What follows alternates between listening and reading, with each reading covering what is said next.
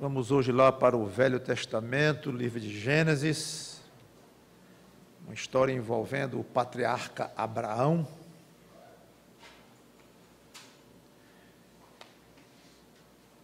Estava há mais ou menos 10 anos morando já na Terra Prometida. Ele foi tirado de Ur, na Caldeia, onde hoje é o Iraque. Estava onde hoje é o Israel. E eu vou dar o pano de fundo para a nossa pregação, que vai estar no capítulo 16, de 1 a 6, a pregação, mas o pano de fundo eu quero dar logo no capítulo 15 de Gênesis, versículos de 1 a 4. Diz assim, Gênesis 15, de 1 a 4. Depois destes acontecimentos, veio a palavra do Senhor a Abrão, numa visão, e disse: Não temas, Abrão, eu sou o teu escudo, e teu galardão será sobremodo grande. Respondeu Abrão, depois ele passou a ser chamado Abraão: Senhor Deus, que me haverás de dar, se continuo sem filhos? E o herdeiro da minha casa é o Damasceno Eliezer. Disse mais Abrão: A mim não me concedeste descendência, e um servo nascido na minha casa será o meu herdeiro. A isto respondeu logo o Senhor, dizendo: Não será este o teu herdeiro, mas aquele que será gerado de ti será o teu herdeiro. Vamos ficar aqui. Agora vamos pular talvez 1 ou 2 anos, não sabemos bem, não é claro o espaço de tempo entre o que lemos, a promessa de Deus de que Abraão teria um filho dele, de que o herdeiro dele, a descendência dele, não ia ser feita através de um servo, que não era familiar dele, ele ia ter um filho. Agora vamos para Gênesis 16, 1, 2, 3 anos depois, não sabemos bem. E diz assim: Ora, Sarai, que depois passou a ser chamada Sara, mas por enquanto era Sarai, mulher de Abrão, não lhe dava filhos. Tendo, porém, uma serva egípcia por nome Agar, disse Sarai a Abrão: Eis que o Senhor me tem impedido de dar à luz filhos. Toma, pois, a minha serva, e assim me edificarei com filhos por meio dela. E Abraão anuiu ao conselho, ou à voz, talvez fosse melhor, literalmente a voz, a fala de Sarai. Então Sarai, mulher de Abraão, tomou a Agar, egípcia, sua serva, e deu-a por mulher a Abrão, seu marido, depois de ter ela habitado por 10 anos na terra de Canaã. Ele a possuiu, e ela concebeu. Vendo ela que havia concebido, foi sua senhora por ela desprezada. Disse Sarai a Abrão: Seja sobre ti a afronta que se me faz a mim. Eu te dei a minha serva para a possuíres. Ela, porém, vendo que concebeu, desprezou-me. Julgue o Senhor entre mim e ti. Respondeu Abrão a Sarai: A tua serva está nas tuas mãos. Procede, segundo melhor te parecer. Sarai humilhou-a, e ela fugiu da sua presença. Vamos parar aqui, esse é o nosso texto, que vamos continuar no outro domingo, se Deus quiser, até o final dessa história interessantíssima. Mas hoje eu quero desenvolver só o que está aqui escrito. Vamos orar. Santo Deus, nosso bom Pai, que o Teu Espírito Santo nos dirija na aplicação para nós hoje, desta história tão longínqua para nós, tão fora do nosso contexto, numa cultura completamente diferente, com costumes totalmente diferentes, mas uma história que envolve coisas importantíssimas, como a própria geração de Ismael, de onde veio grande parte dos árabes, e decisões familiares, envolve muita coisa. Algumas históricas e que temos só que aprender para saber como é. Mas outras envolvem nosso dia a dia. E aí nós temos muito que aprender para hoje, nosso dia de hoje. Que o Espírito Santo me ajude a transmitir as lições aqui dentro, pelo menos parte das lições. Em nome do Senhor Jesus Cristo, te peço que seja para a honra dEle e glória dEle esta mensagem. Amém. Certamente, a mulher de Abraão, eu vou chamar Sara, porque já me acostumei mesmo, Sara e Abraão, em vez de Sarai e Abrão. Mas ela sabia da promessa que Deus havia feito ao marido, de que ele teria um filho. Certamente esperaram que esse filho viesse, não veio. Como falei, não sabemos quanto tempo se passou entre a promessa e este episódio aqui, talvez 2, 3 anos. O fato é que ela se impacientou de alguma maneira, se angustiou sobremaneira e sugere ao marido uma opção um tanto quanto estranha para nós, não tão estranha para a época.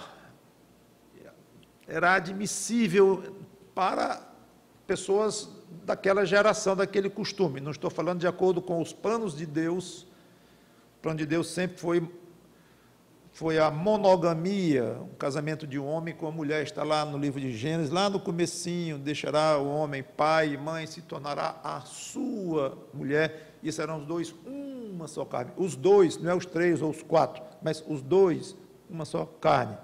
Então o casamento sempre foi monogâmico na mente de Deus.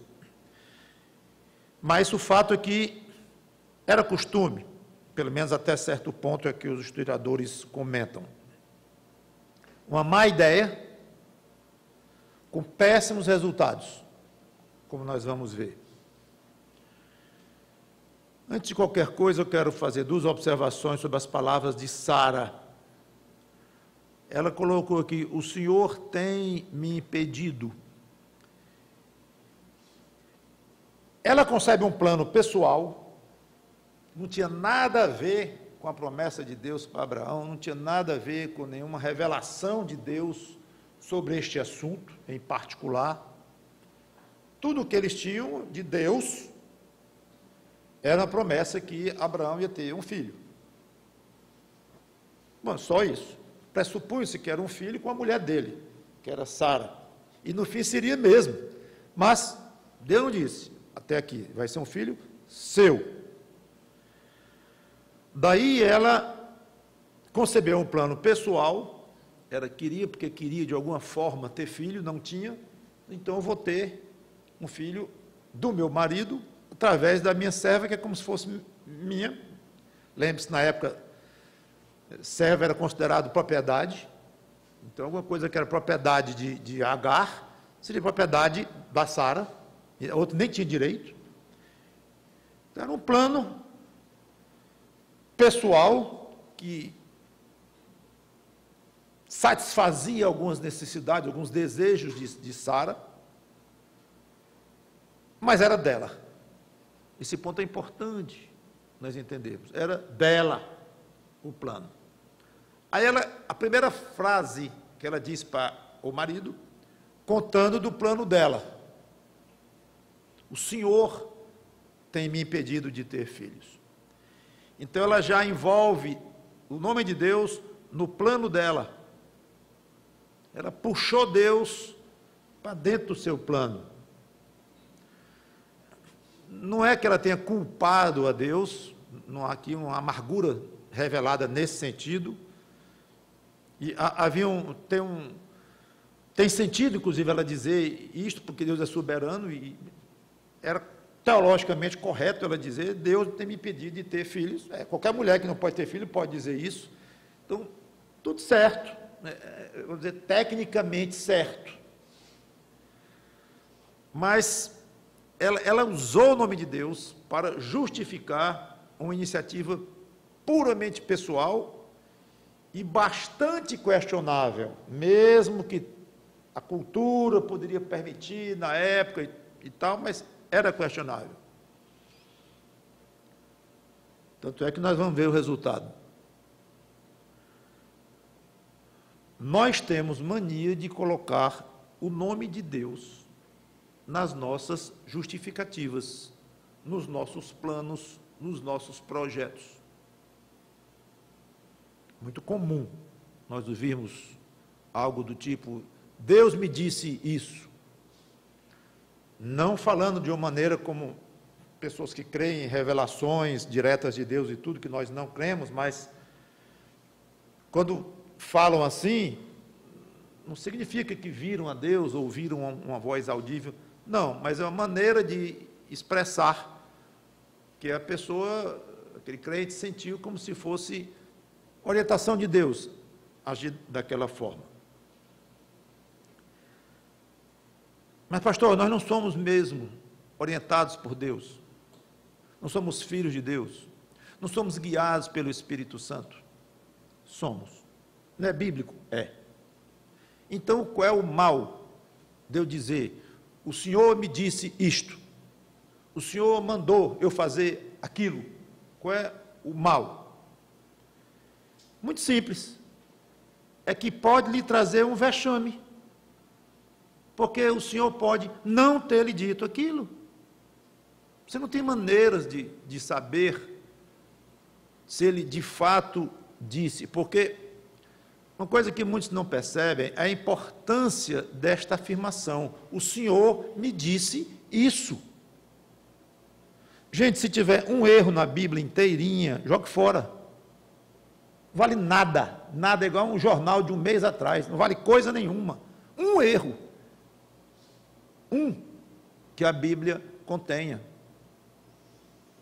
É uma questão de fé nossa, de um princípio básico, em que a nossa fé se alicerça, a estrutura da nossa fé se alicerça em cima disto, que as Escrituras são revelação de Deus, inerrantes. Se houver um erro, nós estamos totalmente desamparados. Mas, pastor, não está meio exagerado isso? Não, não, porque se tem um, pode ter dois. Se tem dois, pode ter 20. E onde estão os 20? O que é certo e o que é errado? Ou será que são 200 erros em vez de 20? Acabou o referencial. Então é absolutamente imprescindível que nós tenhamos como certeza que Deus, quando diz uma coisa, é. Não tem a menor possibilidade. O mundo cai, mas aquilo é. Porque Deus disse. Aí você chega e diz, é porque Deus me disse, Deus mandou fazer aquilo, Deus mandou fazer aquilo. Você está pensando no tamanho do que você está dizendo? Aí você faz e deu errado. Aí você vê que se enganou, que não era nada daquilo. Como é que fica isso? O curioso é que às vezes o crente nem se preocupa em pensar assim, o que eu fiz com o nome de Deus nessa história? Meu Deus, para quantas pessoas eu disse que Deus mandou assim, Deus quer assado na minha vida e deu tudo diferente. Então é por isso que você não deve usar esse tipo de expressão. Não, mas quando eu falo assim, sabe o que eu quero dizer? É que eu estou achando que Deus está me orientando naquele sentido. Ah, é assim? É. Pois diga. Porque evita todo o problema. Todo o problema. É um verbo. Meus irmãos, eu vou fazer assim porque eu penso, tenho orado a Deus, eu estou sentindo paz até aqui, neste assunto com relação ao tal procedimento, e eu entendo, acho que Deus está me levando por aqui, vamos ver, mas eu vou passo a passo, pronto, não é ter medo de falar na palavra Deus, quando falar dos seus planos, nem ter receio de deixar claro para quem quiser ouvir, que Deus é o Senhor dos seus planos, que Deus de fato dirige a sua vida, e você tem todo interesse e gosto e prazer em seguir a Deus, tudo bem, mas não estrague tudo, dizendo, Deus mandou fazer assim. Uma vez uma moça disse, crente, disse para o meu irmão, vou fazer o concurso tal, e Deus me disse, me revelou que eu vou passar. Pronto, e não passou. Então, meu irmão conversou com ela e confrontou. Como é que fica isto? Você colocou o nome de Deus. Deus errou. E é claro que Deus tinha errado. Se Deus tinha revelado para ela que ela ia passar, ela não passou, Deus errou. Mentiu, enganou, sei lá. Então ela pediu desculpa e tal, que deveria ser mais cuidadosa, só que não é desculpa para ele que ela tinha que pedir. Talvez tenha até pedido para Deus, não sei. Mas foi constrangedor. Foi constrangedor. E fica como exemplo esse tipo de atitude. Tenha cuidado. Segunda observação sobre as palavras de Sara. Você nota aqui que ela colocou, Deus tem me impedido. Aí pega ou toma a minha serva. Aí ela diz, eu me edificarei através do filho ou filhos da serva. Parece que Sara estava muito preocupada, era consigo própria. E eu vou tocar nesse ponto mais tarde um pouco. Mas dá motivos para nós ficarmos questionando até que ponto ela pensou em Abraão, até que ponto ela pensou na promessa de Deus. Deus prometeu um filho a você, mas não tem me dado, então será que é um filho seu, mas através de uma serva? Não vamos julgar o coração de Sara, mas tem muito me nessa história. Mim, meu, minha, meu, eu. Guarde isso para daqui a pouco. O patriarca ouve o conselho, a sugestão, a ideia, o genial plano, para não dizer o contrário, de Sara, e anuiu, ou seja, concordou. Aqui um passo lamentável na vida do grande patriarca. Ele tinha a obrigação de avaliar o conselho, examinar, talvez correr para Deus, que tinha revelado a ele, Abraão, revelado sim, aí é revelado mesmo, que ele ia ter um filho dele. Senhor, esse filho meu é com minha esposa, com a Sarai, e que tal esse plano? Era algo gravíssimo que estava aqui em jogo, uma descendência do próprio Abraão que iria surgir por uma revelação direta de Deus. Aí Sara entra bem no meio, no miolo deste plano de Deus. Aí Sara entra com um subplano dela. E parece que Abraão simplesmente concordou. Não é que parece que ele concordou, é óbvio que ele concordou. Parece que sem grandes dificuldades, eu quero dizer isso aí. Parece que sem grandes dificuldades ele concordou. Não diz, mas pelo jeito ele não foi consultar a Deus, nem colocou algum empecilho. Mulher, um momentinho, peraí, isso é muito sério. Concordou. E eu quero jogar ênfase sobre Sara. Nessa história, vamos deixar Abraão um pouquinho aqui. Quanto à responsabilidade que ele tem, como chefe da família, em ter concordado com esse plano, mas ela é responsável, obviamente, pela influência que causou ao marido. E qualquer mulher, qualquer esposa hoje é responsável diante de Deus, diante dos filhos, diante da sociedade, pela influência que ela tem no marido. É comum. Nós vimos dizer, pai, fulano era um, casou, é outro. É impressionante como aquele homem mudou, influenciado pela mulher, pela esposa. Ah, ele é o cabeça do casal e tal, certo. E que ele seja influenciado pela esposa, tudo bem. Mas o fato é que ela será responsável diante de Deus pelo que influenciou positivamente, receberá crédito, ou negativamente receberá repreensão, no mínimo, do Senhor.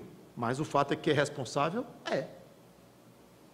Pela influência do marido. Não é porque o marido é o cabeça do lar ou do casal, que a mulher lava as mãos e dizer qualquer coisa nesse lar que é 100% responsabilidade dele. Não é assim. Sugestão prática, que vale para o dia de hoje. Quem influencia alguém leva grande responsabilidade. Eu acho que diante de Deus, Abraão é o principal responsável, por ele ser o marido. Mas ela tem a sua dosagem de responsabilidade. Então, eu não quero aplicar isso nem só para o casamento, mas qualquer área da vida.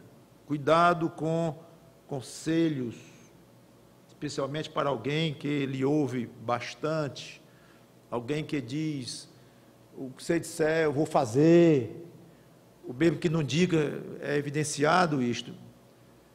Pessoas sobre as quais você tem influência, irmãos mais novos na fé, pessoas com menos capacidade de ver as coisas do que você. Tenha muito cuidado ao dar conselhos. Conselho é uma faca de dois gumes, é muito bom quando ele é bem dado, e é muito ruim, muito prejudicial quando alguém ouve um mau conselho. Não gosto da expressão que diz, se conselho fosse bom, não seria de graça. Essa expressão não tem nada a ver com as Escrituras, pelo contrário, a Bíblia fala muito bem de bons conselhos, ela exalta muito conselhos bons, é a necessidade que todos nós temos de bons conselhos, certamente. Então é de graça e pode ser bom, sim, mas pode ser uma desgraça, além de ser de graça. Então, cuidado com os seus conselhos e cuidado com quem você pede conselhos, a quem você pede conselhos.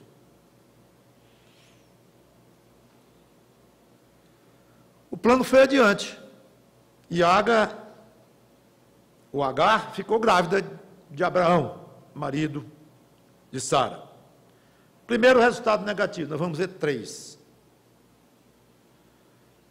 A serva desprezou a patroa. E isso não seria muito difícil de prever, sabendo como nós conhecemos a natureza humana.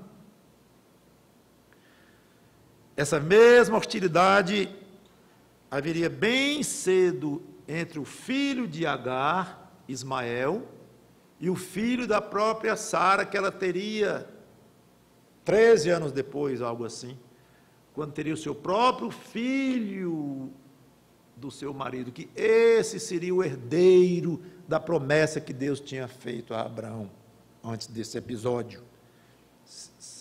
Foi até um milagre, porque Abraão estava bem velho, e Sara estava velha, já não estava mais nem na idade de procriar, mas foi miraculosa, então a intervenção divina para nascer Isaque. Mas houve perseguição, o Ismael já grandinho, um rapazinho, perseguindo o menino novinho, Isaque. E depois houve problemas gravíssimos, envolvendo os descendentes de Agar. Boa parte dos árabes são descendentes desta mulher, Agar, de Ismael, do filho dela. É muito complexo o assunto dos árabes, de onde vieram e toda a linhagem deles, mas o que dizem os profundos nesta área, não se pode dizer que todo árabe é descendente de Ismael, mas que boa parte, sim, seguramente sim. E os descendentes, então, de Ismael, Agar, Ismael, e os descendentes de Sara, Isaque, os judeus. E aqui está a raiz do conflito árabe-israelense, que dura até hoje. Hoje, precisamente hoje, ontem, anteontem, e eu posso dizer que amanhã, depois de amanhã, e vai ser assim até Cristo voltar. O conflito árabe-israelense não vai ter jeito, não tem ONU que resolva, não tem Estados Unidos que resolva, não tem França, não tem país poderoso que se junta e fazem pressão contra um ou contra o outro, não vai resolver. Este problema vem daqui. quando Agar começou a humilhar Sara, e vamos já ver a resposta de Sara para Agar, pronto, fechou o tempo, e até hoje está assim. Quem vai acabar com esta briga, com esta infeliz disputa, é o próprio Senhor Jesus Cristo, que vai dar vitória a Israel, e Ele próprio vai reinar em Israel 1000 anos, mas Israel vai chegar bem pertinho de ser destruído, bem perto, antes de Cristo voltar. Ainda vai acontecer muita infelicidade em Israel, o povo ainda vai sofrer muito mesmo. Até hoje estão escapando, desde que nasceram como país novamente, em 1948, várias guerras, vários países rodeando Israel, que poderia destruir Israel, nunca conseguiram. E Israel tem sido miraculosamente salvo ao longo dessas décadas, até hoje, de uma maneira espetacular, mas ainda vai passar maus bocados, por causa dos árabes, ao ponto de ser mesmo ter ameaçado a sua própria existência. E Cristo virá e, então, resolverá esta antiga briga e irá morar em Israel, ele próprio, estabeleceu o seu reino lá durante 1000 anos. Mas, uma vez explicado esse aspecto histórico, eu quero ver o aspecto pessoal da questão. Reação de Agar, ou Agar, muito ruim. E aqui nós vamos começar a pensar em nós mesmos. Primeiro, ingratidão. Sara tinha lhe dado o alto privilégio de ser mãe do filho do marido dela. E ela reage desprezando Sara. Desprezando como? Ora, Sara não podia ter filhos, ela podia. Claro. Então ela era a tal. Ela estava grávida do filho do chefão, do dono de tudo, do senhor. E a outra, que era a dona, a chefa, a matriarca, digo, a dona de tudo. Matriarca na época não tinha nem filho, mas não tinha filho. Então ela humilhou nesse ponto, não podia humilhar no dinheiro, não podia humilhar na posição hierárquica, social, mas nas posses, mas nisso ela podia humilhar. E ela foi exatamente no ponto. A natureza humana é assim. Orgulho, aliás, sem motivo. Ela era uma simples serva, continuava serva. A honra de ser filho, de ser mãe do filho de Abraão, era dela por um lado, mas ia acabar sendo, como ele disse mesmo, de Sara, que era a dona dela, não era nem a chefa, mas a dona dela, como escrava. Então, qual é o mérito de Agar nessa história? Não tinha mérito nenhum. Então, é um orgulho sem motivo. Mas você já notou que orgulho sempre é sem motivo?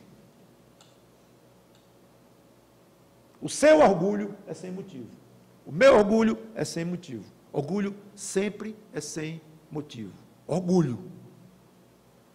Não é ter consciência de algumas virtudes, não é consciência de coisas boas ou úteis que você tem, benignas que você tem, atitudes corretas que você faz. Você ter consciência disso não é orgulho. Eu estou dizendo que o orgulho sempre é sem sentido. E a falta de respeito, claro, da serva, desrespeitando a sua proprietária. Por que eu estou ressaltando esses defeitos em Agar? Porque se isso desperta em nós sentimentos negativos com relação a ela, que mulherzinha ruinzinha, ruim, como é que faz desse jeito, em vez de agradecer a sua dona, a sua patroa, em vez de ser humilde, em vez de dar honra a outra, faz assim? Porque esse procedimento chama atenção, porque é muito ruim. Tudo isso aqui, ingratidão, orgulho, falta de respeito, são coisas muito ruins. Aí chama atenção, mas curioso é que você tem agido da mesma maneira com relação a outras pessoas, eu também, muitas vezes. Alguém aqui já foi ingrato alguma vez? Certamente todos nós. Orgulhoso, desrespeitoso com quem deveria ter respeito. Acho que ninguém escapa de uma situação dessa, nenhum de nós.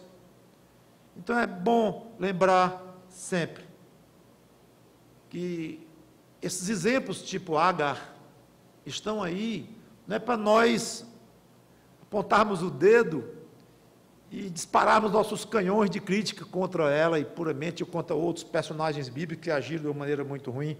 Não, é para nós aprendermos e nós mesmos pararmos de praticar isto, se é que ainda praticamos em abundância. Parar totalmente. A reação de Sara. Bom, agora Sara reagiu, ela era a patroa, pessoa mais esclarecida, pressupõe-se, e reagiu com nobreza. Coisa nenhuma, o fato de Sara ter mais dinheiro do que Agar, e ser mais rica do que ela, e mais poderosa do que ela, não contribuiu coisa nenhuma para o caráter de Sara.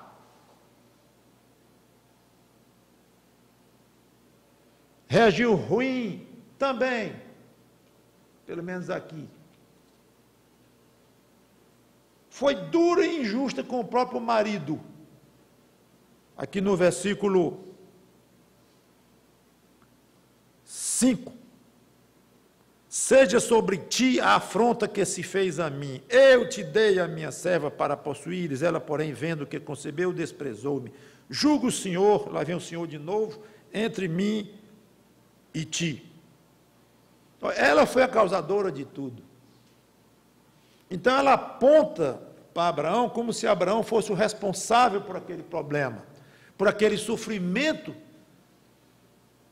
pela qual ela estava passando. Era um sofrimento real, sem dúvida. Mas é típico da natureza humana. Pode ser culto, ignorante, rico, pobre, o que seja, não interessa. Da natureza humana, o quê? A culpa foi sua. A culpa foi sua. Mas você nem estudou ainda o problema para dizer que a culpa foi minha, mas foi. Minha que não foi. Então, essa atitude é típica da carne. Se esperaria Sara, com uma atitude nobre, dizer, bom, Abraão, acho que eu fiz alguma coisa errada. Eu tenho a impressão que o meu plano não funcionou muito bem, não, e lamento ter nos colocado nessa situação, algum tipo de conversa assim, mas não, altaneira, e botando o dedo para Abraão, e ainda disse assim, o Senhor resolva, entre tu e eu, colocando Deus de novo na confusão. Segundo resultado negativo do plano, o primeiro, obviamente, foi a humilhação que Agar causou a Sara. Atrito entre marido e mulher.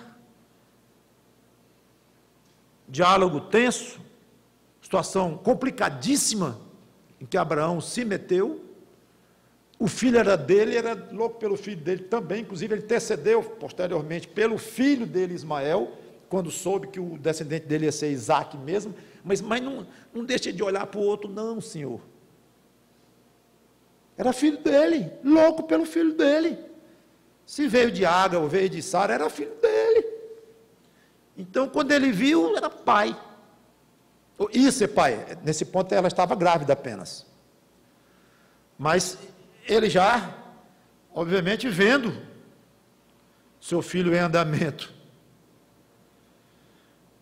Qualquer projeto, agora eu vou falar do casamento um pouquinho, qualquer projeto num casamento que causa atrito entre os dois não é um bom projeto.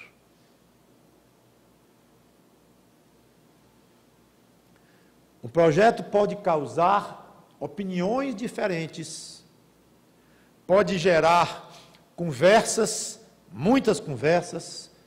Meu bem, isso aqui eu acho que não está razoável. Por quê? Por isso, mas eu não concordo por causa daquilo, ou por isso, aquilo, outro. Qualquer plano razoável que se tenha, aí discordâncias não é nada esquisito isso, nem ruim em si, mas as discordâncias devem ser colocadas na mesa de uma forma tal que elas gerem uma concordância, mesmo com uma parte do que ele gostaria, com a parte do que ela gostaria, e os dois moldam e dão um polimento naquele projeto, considerando o pensamento de um, considerando o pensamento de outro. Pode ser um projeto que precisa amadurecer muito, mas que não cause briga. Causou briga, esse projeto não serve. Me lembro bem, o projeto entre eu e a Sandra, que durou anos, o lugar onde nós moramos hoje, o apartamento onde nós moramos, ela ganhou do pai dela esse apartamento. Por insistência da mãe dela, inclusive, o pai dela terminou dando para ela o apartamento. E nós tínhamos uma grande dúvida, vamos ficar aqui, vamos vender e vamos para outro lugar. Tinha vantagens, tinha desvantagens. Aí tinha hora que eu dizia assim, Sandra, é claro que a gente precisa mudar. Vamos vender, vamos comprar outro lugar. Ela dizia, não. Por isso. É mesmo. Aí depois trocava. Ela dizia, bora, vamos sair daqui. Por isso. Aí eu dizia, mas Sandra, olha esse lado aqui, isso. Digo, mas que coisa. Foram anos e nós combinamos. Nós só vamos definitivamente ficar ou sair quando os dois estiverem perfeitamente de acordo e durante um bom tempo. Porque ela variava e eu variava, ela variava e eu variava. Nós estamos maduros. Então havia áreas de concordância, havia áreas de discordância, essas áreas mudavam, de que coisa complicada, mas graças a Deus, Ele nos deu aos dois o bom senso de resolver. Não vamos resolver, já estamos aqui, então a gente não vai tomar uma decisão definitiva enquanto não os dois estivermos totalmente de acordo e por um longo tempo. E assim foi, estamos lá, resolvemos ficar lá, fizemos uma reforma lá, 4, 5 anos atrás, e muito satisfeitos e em paz. Tem desvantagens ainda e tal, claro que tem, todo lugar do mundo vai ter, mas agora a paz chegou totalmente entre nós dois. E não me lembro, nós temos brigado nenhuma vez por isso. Já brigamos por outras coisas, infelizmente, não é que a gente nunca briga, digo para vergonha, mas é fato. Mas nesse caso, não houve, chegou a haver brigas grandes por isso. Então, projeto que traz briga, pode ser um filho, vamos encomendar um filho, não vamos, uma residência, um carro, um concurso, uma mudança de cidade. Cuidado, tenham projetos, esposos e esposas, podem ter projetos à vontade, e até discordem em parte desses projetos, é até bom porque enriquece o estudo desse projeto, a discordância de um e de outro, mas não briguem. Se for para dar briga, não adianta. Muito bem, lá vem de novo os meus e mis e os eus, com ela da parte de Sara. Versículo 5. Seja sobre ti a afronta que se fez a mim. Eu te dei a minha serva para possuíres. Ela, porém, que concebeu, vendo que concebeu, desprezou-me. Parece que a vida de Sara girava em torno dela. Em torno dela. Se tivesse tudo bem com ela, beleza. Quando as coisas davam errado para ela, o mundo se acabava e falava de Deus, falava de Abraão, e botava o dedo no nariz de Abraão, e reclamava, porque eu. Minutinho, Sara. O egocentrismo, que na realidade essa palavra resume isto, da pessoa olhar para si próprio e achar que é o centro de tudo. Egocentrismo. O eu é o meu centro. O resto que gire em torno de mim. Eu sou o centro das coisas. Muitíssimo combatido na Bíblia. Muitíssimo. Tem tanta passagem que eu não vou ler nenhuma, de tanta que tem, mas é porque É sabido demais isto. Não precisa ser nem crente em Jesus Cristo para saber disto. Então, eu quero observar, agora eu quero ler 3 passagens que mostram o outro lado. Passagens mostrando que o egoísmo não é bom, tem muitas, eu não vou ler, mas eu quero ler aqui. Primeiro, pensar nos outros ou deixar o egoísmo de lado é prova de amor, que é o dom maior, a virtude maior, o fruto do Espírito maior, o amor. Então, 1 Coríntios, capítulo 13, versículo 15.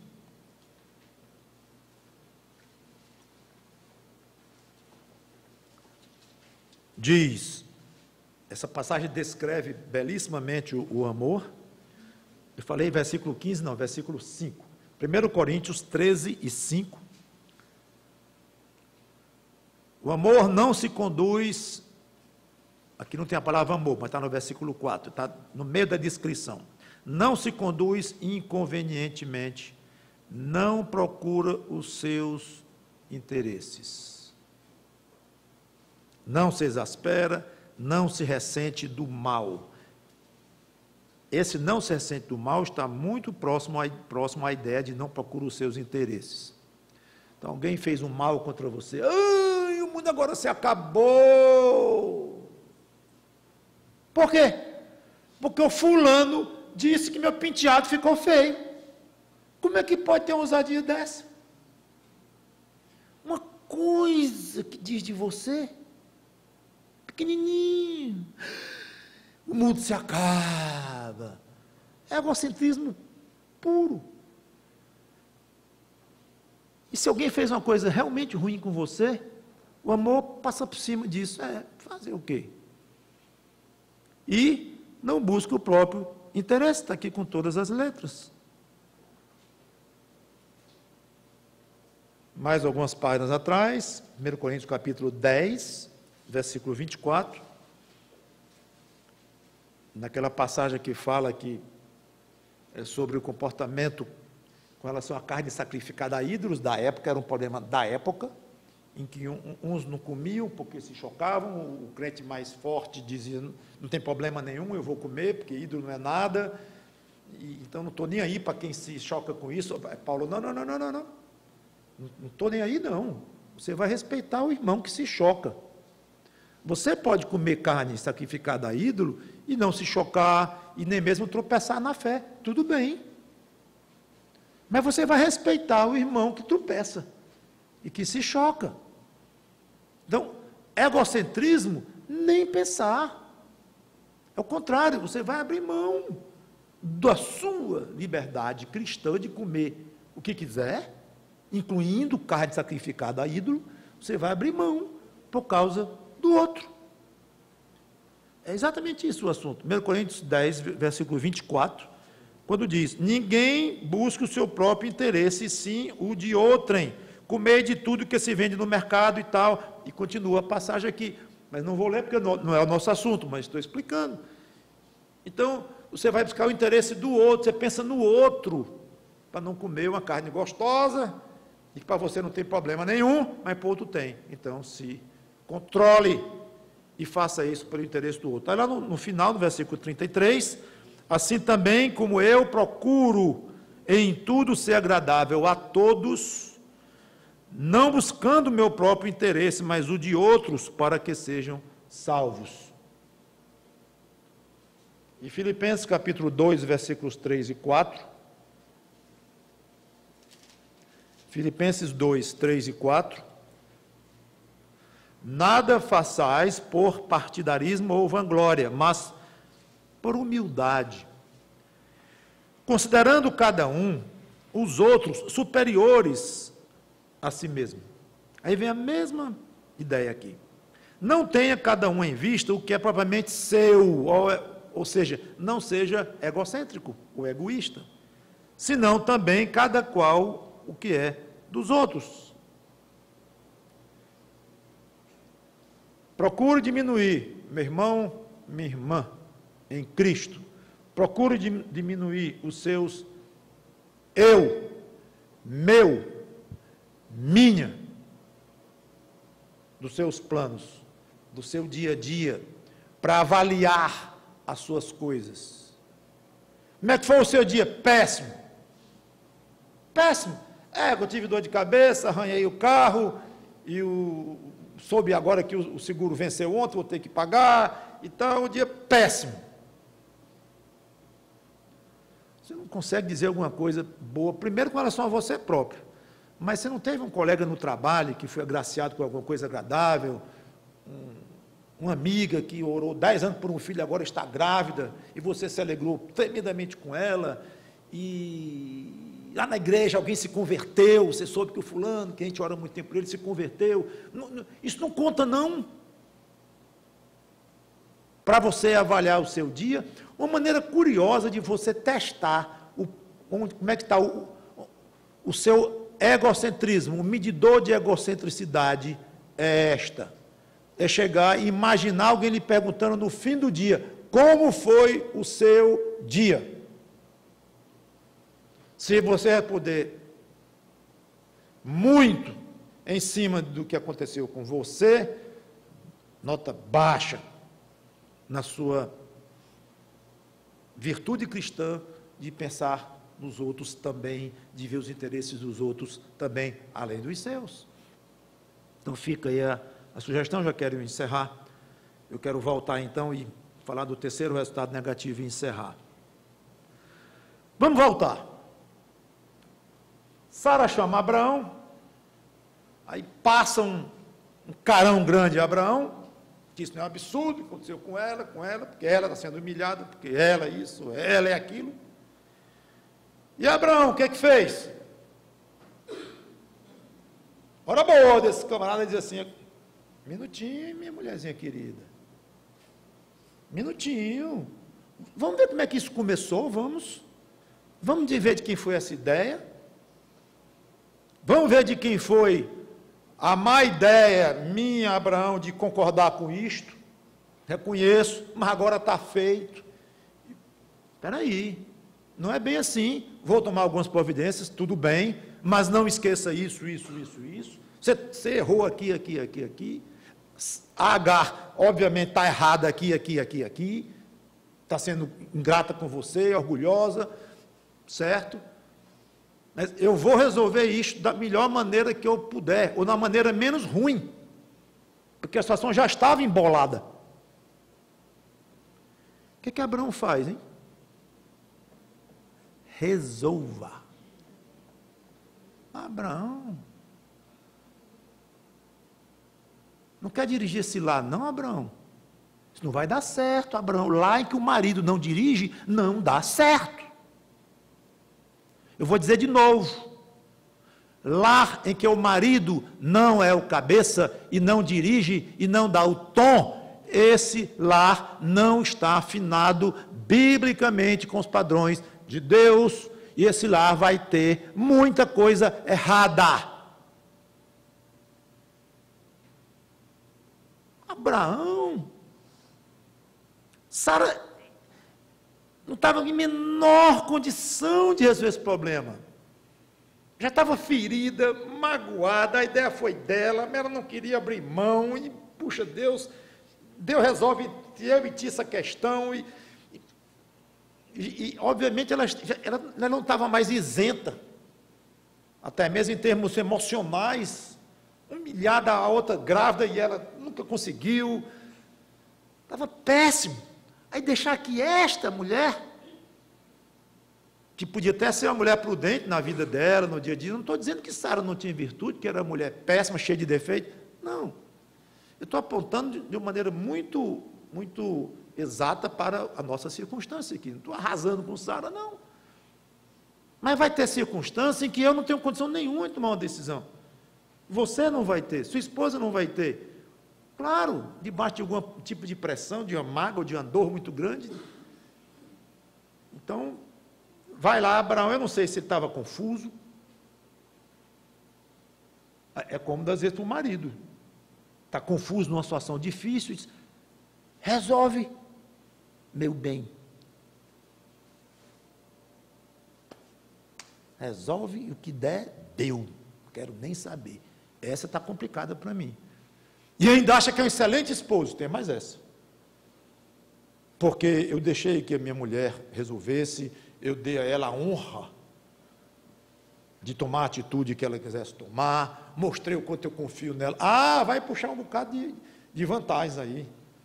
Tudo errado. Ou se acovarda. Não é porque eu sou tímido e ela é tão exaltada. Encarar uma briga com aquela mulher, não queira, não. Eu digo, resolva.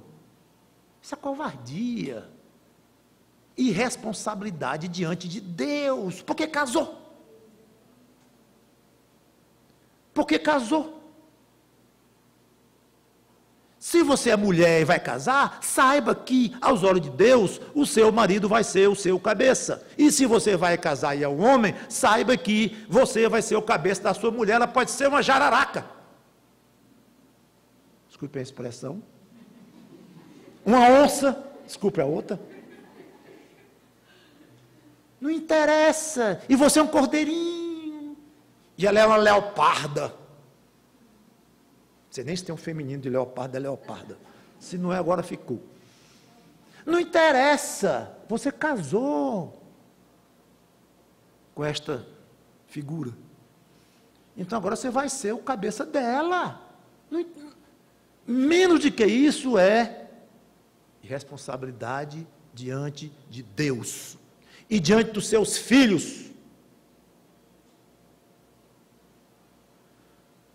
Seja como for, sei lá, se Abraão era constrangido, eu não posso imaginar, não vou julgar o coração de Abraão. Eu sei que Abraão, mais uma vez aqui, procedeu de uma maneira não imitável, não boa. Sara não pensa duas vezes. Resolva, faça o que você quiser. Ela arrasou a outra, bem ligeirinho, humilhou ao ponto da outra fugir de casa, grávida e tudo, foi lá para o meio do deserto, saiu ao léu, fugiu de casa.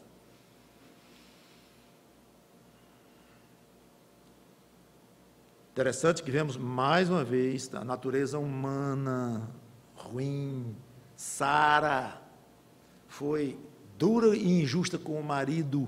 Aí quando ela ganha liberdade, mal dada, mas ganhou liberdade do marido, ela chega e arrasa a outra.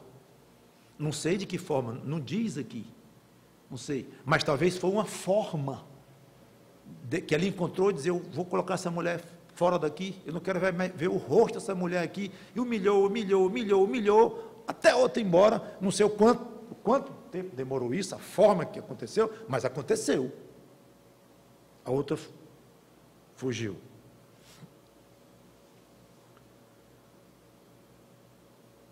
Terceiro resultado negativo do plano, Sara ficou sem uma serva de confiança e Abraão sem o filho planejado. Perderam-se dos dois lados, pelo menos até aqui, a história não acabou aqui, eu vou continuar na próxima semana, como já falei. Em pouco tempo, tanta coisa ruim acontecendo, tudo por causa de um plano sem Deus. Tudo por causa de um plano sem Deus. Mesmo bem intencionado, por parte de Sara, ao projetar o plano, por parte de Abraão, por parte de Agar, não sei, mas as intenções podem até ter sido boas, mas não tinha Deus no meio. Então, nunca faça planos sem Deus. Mesmo quando inclui o nome dele. Sara incluiu 2 vezes o nome de Deus, que não tinha nada a ver com essa história, no sentido de dizer que Deus não havia feito revelação e tal.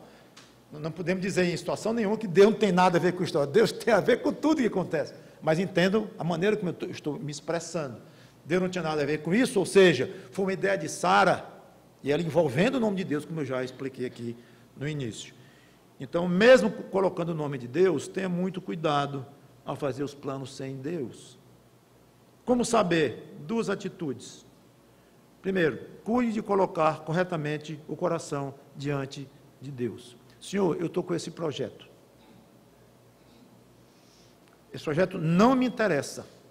A mínima se não for da tua vontade. Aí conversa com Deus, expõe diante de Deus, e fala, e abre o coração mesmo. Então, procura colocar corretamente o seu coração diante de Deus. Isso é de uma importância fundamental. Não deu certo, estou em paz com o meu Deus. Isso não tem preço, gente, na vida cristã. Segundo, se especialize em aplicar os princípios da Bíblia no seu dia a dia. Então, pegue este plano e, além de colocar o seu coração diante de Deus, sem forçar Deus, mas coloca diante de Deus, agora eu vou aplicar os princípios bíblicos para este plano. Bom, este plano inclui que eu vou abrir mão do controle da minha casa. Não coloco diante de Deus, não. Não precisa. Não, isso aqui inclui que eu faço um pequeno desvio lá no dinheiro da minha empresa, lá, quer dizer, onde eu sou empregado, lá eu vou dar um desvio. O chefe é muito rico, não vai nem notar. Mas esse projeto inclui isso. Ok, senhor? Não faça isso, não.